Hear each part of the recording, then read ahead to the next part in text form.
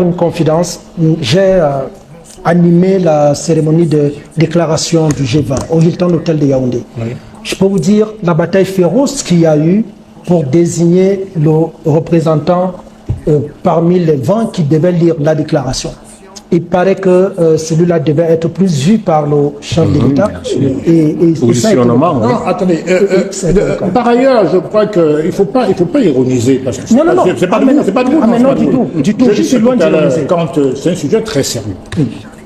Nous sommes dans un pays où on a l'impression que les gens sont davantage des citoyens communautaristes que des citoyens de la République.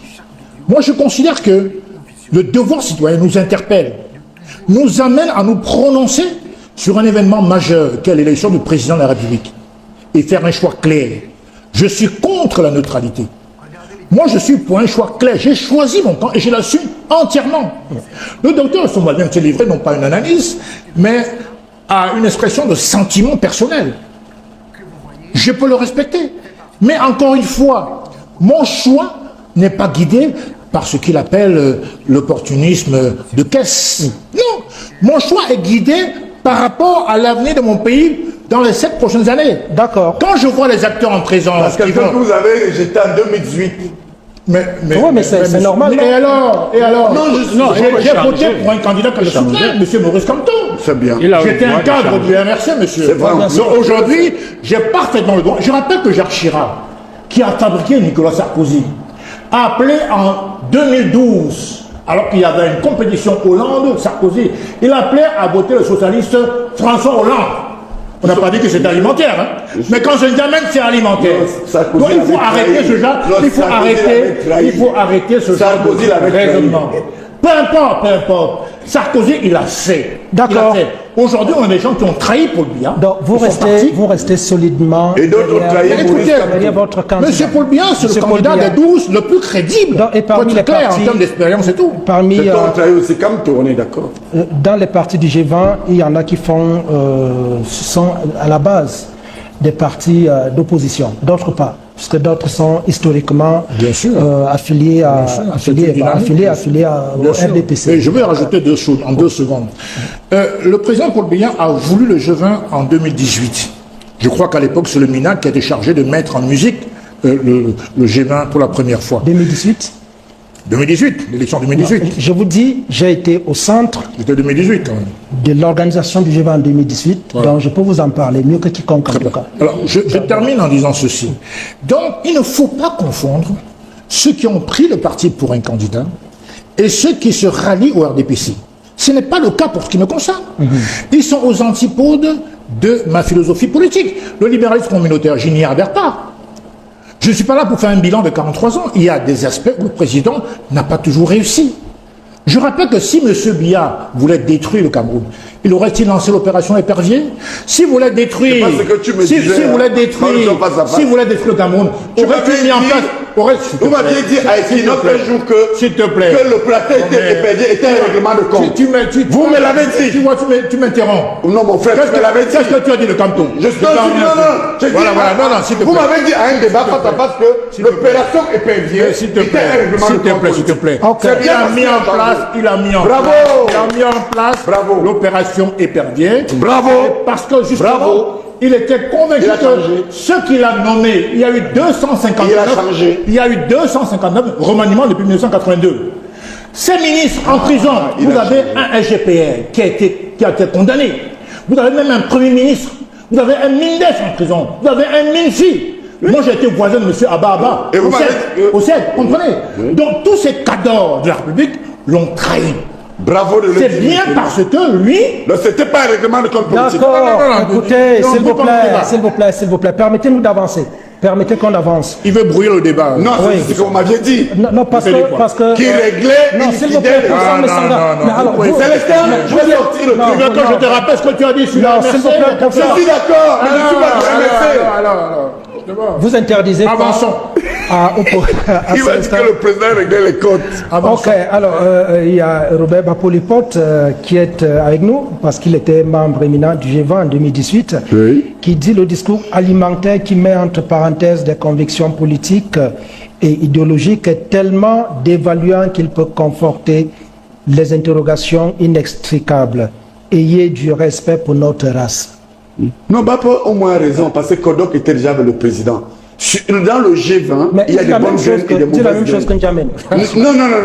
Non. Et il y a des gens qui sont restés cohérents comme Bappo, parce que Bappo était avec nous. Le fils, hein? Non, c'est le fils de Kodok. Alors, je connais Bappo, il peut témoigner que je suis témoin. Kodok a toujours été avec Paul Biya depuis le mars 92. Et Bappo a dit, je prends le relais. Ok, s'il vous plaît, professeur. Mais les autres ne sont pas de bonnes graines. Mais non, deux poids, deux mesures. Bappo, c'est une bonne graine. Deux poids, deux mesures. Ce qu'on doit retenir, Bappo est cohérent, mais les autres non. Ce qu'on a à retenir, c'est que parmi les partis du G20, nous avons c'est de l'opposition dont parle Jeune Afrique. Dont parle Jeune Afrique, et Jeune Afrique parle de l'opposition camerounaise en termes de l'opposition la plus bête d'Afrique. Ils ont raison. C'est vrai, c'est sous la forme interrogative. Ils ont sous la forme interrogative et... Parce que l'opposition non, je ne vous ai pas donné la parole. Je vous ai pas donné la parole. Je la donne à Fesso. Laurent, ministre d'État. Nous allons enlever Moutazé, ministre, l'excellent ministre des Finances. Nous allons enlever Sadi. Nous allons enlever Ibaïsi. Nous allons enlever Kecha. Nous allons enlever... Et s'il ne refuse de partir, puisque nous, on va parler après le président s'il gagne, nous allons envoyer des gendarmes les déloger.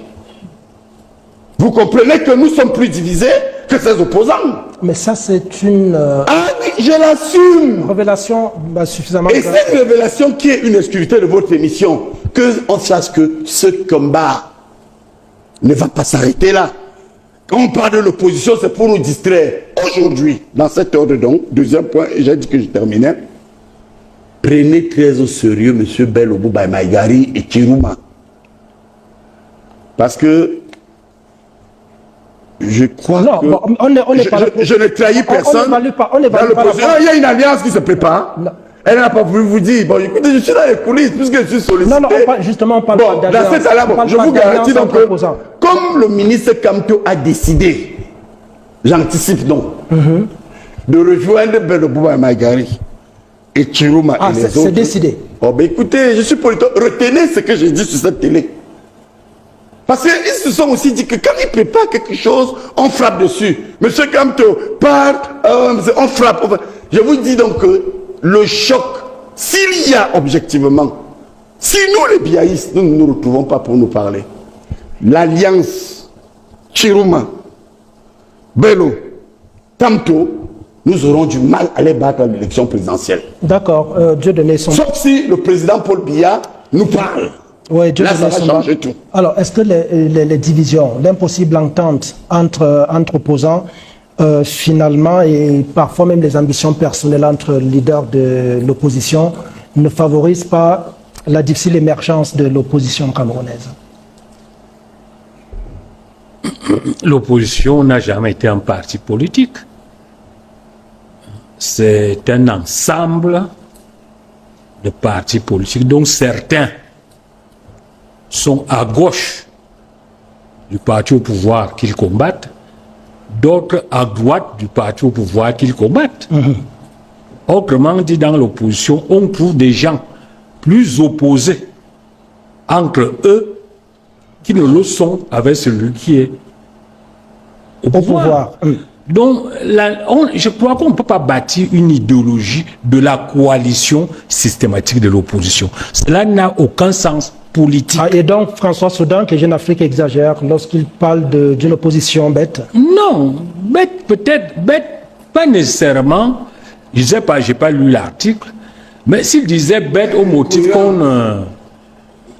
ne coalise pas là, c'est un non-sens. Vous ne pouvez pas coaliser les communistes avec les nazis. Parce que les communistes et les nazis étaient chacun plus opposés encore.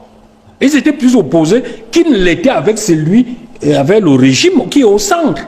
Comment voulez-vous que des extrêmes coalisent pour... Ça va donner quoi à l'issue? Supposons donc que deux extrêmes gagnent. Vous avez ici l'extrême droite qui veut chasser les immigrés et l'extrême gauche qui veut les intégrer. Vous voyez donc l'extrême droite qui veut charger les immigrés, les extrêmes qui veulent les intégrer, s'associer pour renverser un pouvoir sans Christ qui lui au moins essaye, n'est-ce pas, de trouver un moyen terme entre les deux. Le juste milieu entre... Oui.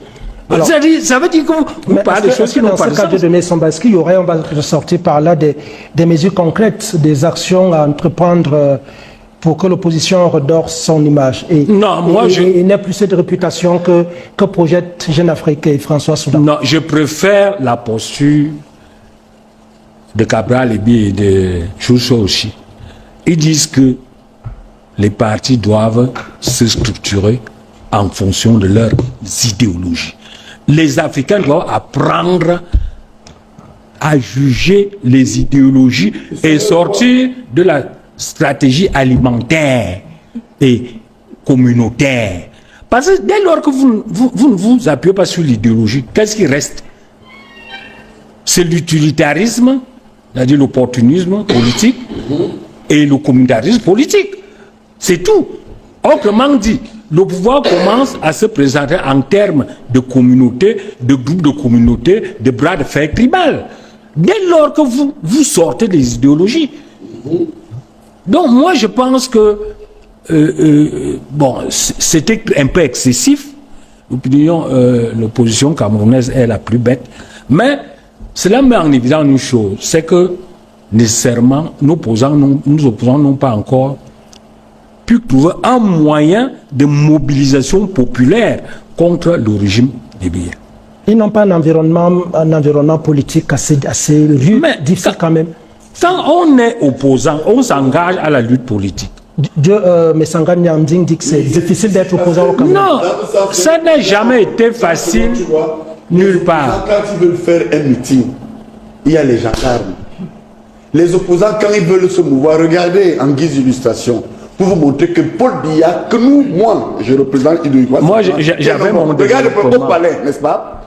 On a passé combien de semaines sans Paul Biya à recevoir des groupes politiques, hormis des évêques qui ont dit, nous, on ne vient pas pour le soutien, nous venons pour la paix. Parce que j'ai causé avec des évêques qui m'ont dit, nous ne venons pas s'ils nous disent que c'est un soutien. Finalement, les groupes permanents des évêques est venu, ils ont dit, on vient pour la paix. Tous les autres, pendant combien de jours, le monde le regardait. Moi, j'ai déjà remonté. Oui, Dieu donné pour c'est pas normal. Quand un opposant veut se mouvoir, il y a la police, il y a la gendarmerie. Est-ce que c'est normal? Ce n'est pas ce que Paul Biya. Oui, laissez-le aller donc jusqu'au bout. Moi, j'ai vu des opposants faire des meetings. Être opposant, c'est difficile. J'ai dit donc que... Il dit qu'il a eu des opposants faire des meetings. Oui. Ben, J'ai dit donc que encourageons que ça continue. Le problème fondamental, c'est qu'on s'est un peu plombé dans le Biya Mosgo qui date de 92. Nous sommes d'accord. Au lieu de développer une véritable idéologie de mobilisation. Comment? Si tu t'interdis de là, meetings, non, mais ça, laisse-moi parler. Oui. Cabral ne pouvait pas faire de meetings. J'ai dit aujourd'hui. Non, Cabral ne pouvait pas faire de meetings. C'est pour ça que... Moi, j'avais même pitié de lui donner. Nous avons... Non, il y a une perspective d'une idéologie de mobilisation. Le fédéralisme. J'ai dit et je répète que les partis fédéralistes doivent se rapprocher et présenter ça comme une idéologie alternative qui va nous sortir du bras de fer communautaire.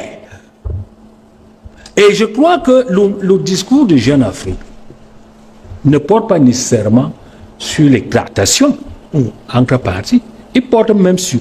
Parce que quand on voit le régime de Biya, Biya est déjà très âgé, très vieux. Et son bilan n'est pas extraordinaire. Donc, Jeune Afrique estime que c'est un camp à battre facilement. Mais seulement l'opposition n'a jamais développé une idéologie de mobilisation susceptible de l'amener à battre le régime. Donc, il n'y a rien à faire pour renverser la tendance. Mais c'est ce que j'ai dit ceci. Il faut tenir au Camerounais ce qu'il faut faire. Un discours nouveau. D'accord. Étant donné que le problème, c'est les 7500 milliards. Et les 500 000 postes. La logique des partis aujourd'hui, c'est chassons Biya, nous on prend sa place. Le discours du fédéralisme plaît, parce qu'il dit non. n'adoptons plus un modèle où une sorte de divinité a étudié et distribue l'argent comme elle veut. Cassons la caisse en deux. Une partie reste à Yaoundé, l'autre partie est distribuée aux États régionaux. Voilà, Okay. c'est le discours-là qu'ils doivent tenir, n'est-ce pas, pour devenir une vraie opposition. On va le sortir très vite. Oui, Célestin, c'est une opposition bête. Alors d'abord, avant de réagir à la question de Jeune Afrique, tout à l'heure, mon ami Pascal a parlé de son impact dans la diaspora. Le RDPC France, que je connais bien, j'en profite pour dire un bonjour à M. David Gondon et aussi au maire de Ngoumou, que j'ai bien connu dans la diaspora, Jean-Baptiste Atemengue. L'opposition dans la diaspora. Moi, j'étais secrétaire à la communication du SIF France pendant de nombreuses années. Et je m'enorgueillis, je me réjouis que l'opposition en France ait eu un impact positif. Est-ce que vous savez que le droit de vote de la diaspora, c'est moi qui l'ai suscité? En 2009, Ça, je le connais. le président Paul Biya est à Dauphine. Je me suis au pavillon Dauphine. Je me suis invité. Je n'ai pas arraché le micro, j'ai pris le micro. J'ai exposé au président, il était en face de moi, deux préoccupations. Premièrement, le droit de vote de la diaspora, on est en 2009. Droit de vote de la diaspora et la reconnaissance de la double nationalité. Le président improvise et me répond. Je vous garantis que vous allez voter en 2011. Et effectivement, il a tenu parole. Reste maintenant, et on va continuer là-dessus, la reconnaissance du droit de la double nationalité et l'abrogation de la loi 68 sur, effectivement, les naturalisations et autres. Maintenant, Mais il n'a pas reconnu encore la double nationalité. donc l'opposition en France a été une opposition sincère, efficace, C'est vrai. et qui a été plus productive que le RDPC France. Maintenant, sur les propos du docteur Essomba, je veux simplement rappeler que... Non, les propos de non, je ne suis pas dans la polémique. Non, C'est pas la polémique. oui, d'accord, mais Oui. je souhaite qu'on reste sur les... Non, mais pourquoi vous me présumez que je sois incorrect? Je suis en train de dire ceci. Il faut justement sortir de l'idéologie. L'ère des idéologies est dépassée, docteur Essomba. Il ne faut plus en parler. Aujourd'hui, les Camerounais ont des problèmes cruciaux. L'énergie, les routes, les hôpitaux, etc. Tout à fait. Les libertés fondamentales. Tout à fait. C'est de ça qu'il faut parler. Là, c'est vrai. Qu'est-ce qu'on vient nous empester avec les idéologies? C'est terminé tout ça. Je suis d'accord avec Vous vous rendez compte que si Macron a été élu, Macron est élu en France en 2017 parce que justement, les Français avaient marre des idéologies. Ils ont balayé le mastodonte PS, ils ont balayé l'UMP, ils ont donné le pouvoir à Macron qui se prétendait non idéologique au-dessus des partis. En tout cas, qui était adossé... Voilà, et c'est ça. Donc aujourd'hui, je crois que ce qui a été vrai en 2017 pour la France, l'est également pour le Cameroun. Par ailleurs, il ne faut pas exagérer sur le titre de François Soudan. Premièrement, je rappelle qu'il y a 2 ans, ils ont stigmatisé la première dame. Ils ont dit, Madame la Présidente. Bah, ironie. Sous-entendu, en vérité, ce n'est pas son mari qui dirigeait, c'est elle-même. Ils ont été très virulents avec le pouvoir. Aujourd'hui, quand ils portent la critique sur l'opposition, on s'offusque. Mais pourquoi? Je crois qu'en vérité, l'opposition camerounaise souffre de 3 grands mots. Premièrement, l'égocentrisme exacerbé. Depuis 1992, il n'y a jamais eu franc jeu entre les différents acteurs politiques de l'opposition. Rappelez-vous, alors qu'une série de partis politiques s'étaient réunis derrière Ni John Frondi, M. Jean-Jacques Ekindi, je crois aussi Bello Bouba Maïgari, et autres, et Maotou, ont joué au franc-tireur. Ils sont allés se porter candidat. Et effectivement, si ils avaient fait chorus derrière Frondi, il est évident que les 36% de Frondi, ce serait largement au-dessus du président sortant, à l'époque Paul Biya. Tout à fait. Et donc, ils souffrent d'un égocentrisme exacerbé. Deuxièmement, parmi les 11 en liste là, contre le président Paul Biya, Ça, c'est le diamant que je connais.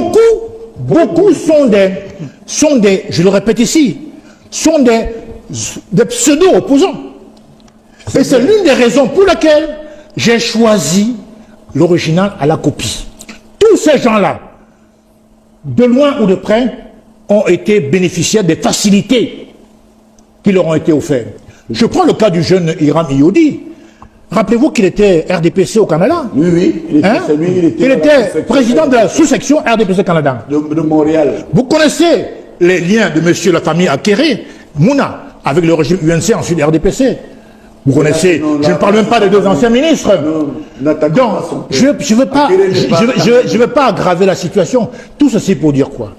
Que le titre de Jeune Afrique est parfaitement logique. Il y a 4 ans, quand j'ai quitté le SDF, j'ai dit que le bateau coulait. J'ai eu justement une interview de Jeune Afrique où j'ai dit que je ne serais pas suicidaire si le bateau coule. Parce que justement, le bateau coulait déjà. Et je suis allé au MRC. Et là-bas, ça n'a pas été mieux. On a vu un leader qui est devenu quasiment un gourou, qui est parti d'incohérence en incohérence, des errements politiques, tout le temps, au point de finir au Manidem. C'est extrêmement grave. S'il avait entendu mon conseil en 2020, j'ai dit que cette décision était une décision suicidaire. Suicidaire. Aujourd'hui, je suis conduit à penser. Je suis conduit à penser. Non, j'ai pas pleuré. J'ai fait une affirmation démontrée. Aujourd'hui, Pascal, laisse-moi parler. Je suis amené à constater que aujourd'hui, l'opposition camerounaise, et je donne raison à Jeune Afrique, est en salle de réanimation. Ils sont dans un état de coma très profond. On ne peut donc pas fragiliser un quasi-cadavre. Et c'est pour ça que je crée à part, pour renouveler le sens justement de l'opposition au Cameroun, qui se veut patriotique et républicaine. C'est de ça qu'il s'agit. Nous ne sommes plus dans l'ère des idéologies, docteur Essomba. Nous sommes dans l'ère du pragmatisme et du réalisme camerounais. Et c'est vers là qu'il faut aller. Deuxièmement, l'opposition souffre, effectivement, je crois que c'est Fessa qui l'a dit. Et il y a le fait qu'on a remplacé le Bien Moscou, les slogans par le programme politique. Non. Nous avons l'honorable Namdouya qui est 6 pieds sur terre, sous terre, Gustave Essaka, ni John Frondin, qui sont des héros morts malheureusement. Ils ont tout le temps dit Bien Moscou, avec l'hommage que je rends de manière spéciale à John Frondin, qui était mon mentor politique. Donc je dis ceci, et il faut démontrer aux Camerounais que nous sommes crédibles, qu'il y a une autre alternative face au pouvoir RDPC qui se focalise sur ce vieux libéralisme communautaire écrit par un UPCiste Sengako. Donc voilà le problème de l'opposition. J'ai parlé de connivence avec le système. C'est là les réalités qui font qu'effectivement, Jeune Afrique a été amené à dire ce qu'ils ont dit. À faire ce constat. Maintenant, si nous ne faisons pas notre aggiornamento, c'est-à-dire qu'on doit avoir l'humilité de se rasseoir, de dire que mais où on a péché. Parce que si on continue à ce rythme-là, si on ne sait pas s'humilier pour reconnaître qu'on a échoué, on n'ira nulle part. Et quand je vois le spectacle de M. Chiroma, qui se prend pour un chevalier blanc de l'opposition, qui avait le pouvoir, qui n'a absolument rien fait. Je rappelle que M. Chiroma, en 2024... Il a défendu le chef. Non. Il a célébré le chef de l'État. Oui. Toute sa vie au gouvernement. Voilà. Et il a célébré. Je prends un exemple très simple, Pascal. En 2024, l'année dernière, il y a eu une inondation monstrueuse dans l'extrême nord. Le président Biya, de manière souveraine, a débloqué 350 millions de francs CFA. Et Samuel Eto'o, 50 millions. Qu'est-ce que Chiroma a fait? Il n'est même pas allé dans le Grand Nord. Comprenez?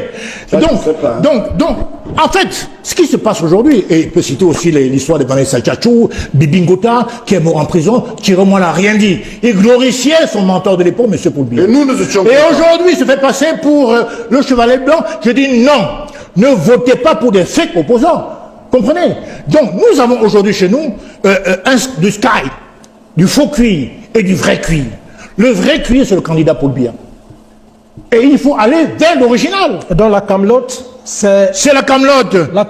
C'est la contrefaçon. Il y a des produits de contrefaçon et il y a un produit authentique. Donc moi, je vote pour le produit authentique. Okay. L'opposition, encore une fois, malheureusement, est en salle de rémunération. Et si elle veut revivre, elle doit s'amender et revoir ses erreurs qui ont été fatales. Je n'ai pas quitté le SIE pour rien. J'ai fait le constat que les sénateurs de l'époque, j'ai fait le constat que les parlementaires, en général du SDF, partaient à l'Assemblée pour négocier les marchés. Alors même que c'est un parti de masse qui tirait sa substance des masses. Ils ont coupé le pont avec les masses. Donc dans ce cas-là, qu'est-ce que moi je fais? Moi, social-démocrate, je n'avais plus rien à faire dans ce parti politique. D'accord. Pareil pour le MRC, qui a mis en place une meute cybernétique, qui n'arrêtait pas de lancer des venins tribalistes, justement, et c'est ça qui importe M. Kanto, qui n'est ni au MRC aujourd'hui, ni au Manidem. Vous voyez? finir au garage après 10 ans de règne Marseille, c'est vraiment triste. Je regrette et Okay, j'adore le titre de Jeune Afrique. Nous marquons. Alors, vous avez bien compris, vous avez bien écouté la vidéo, vous avez très bien écouté, certainement. Donc, faites-vous votre idée, commentez, likez, partagez. N'oubliez pas de vous abonner, de nous laisser un petit pouce en haut pour liker, merci. Une fois de plus, si vous ne likez pas les vidéos, si vous ne commentez pas, nous ne pouvons pas évoluer. Si vous ne souscrivez pas, si vous ne vous abonnez pas, nous ne pouvons pas évoluer. Et nous vous prions vraiment de le faire pour nous parce que ça nous donne le courage et la force. YouTube reconnaît, lorsque vous likez, vous partagez, ça permet que l'algorithme YouTube partage des vidéos à plus de personnes encore. Merci beaucoup. Nous répondons à tous les commentaires. Portez-vous bien. À la prochaine vidéo. Ciao, ciao.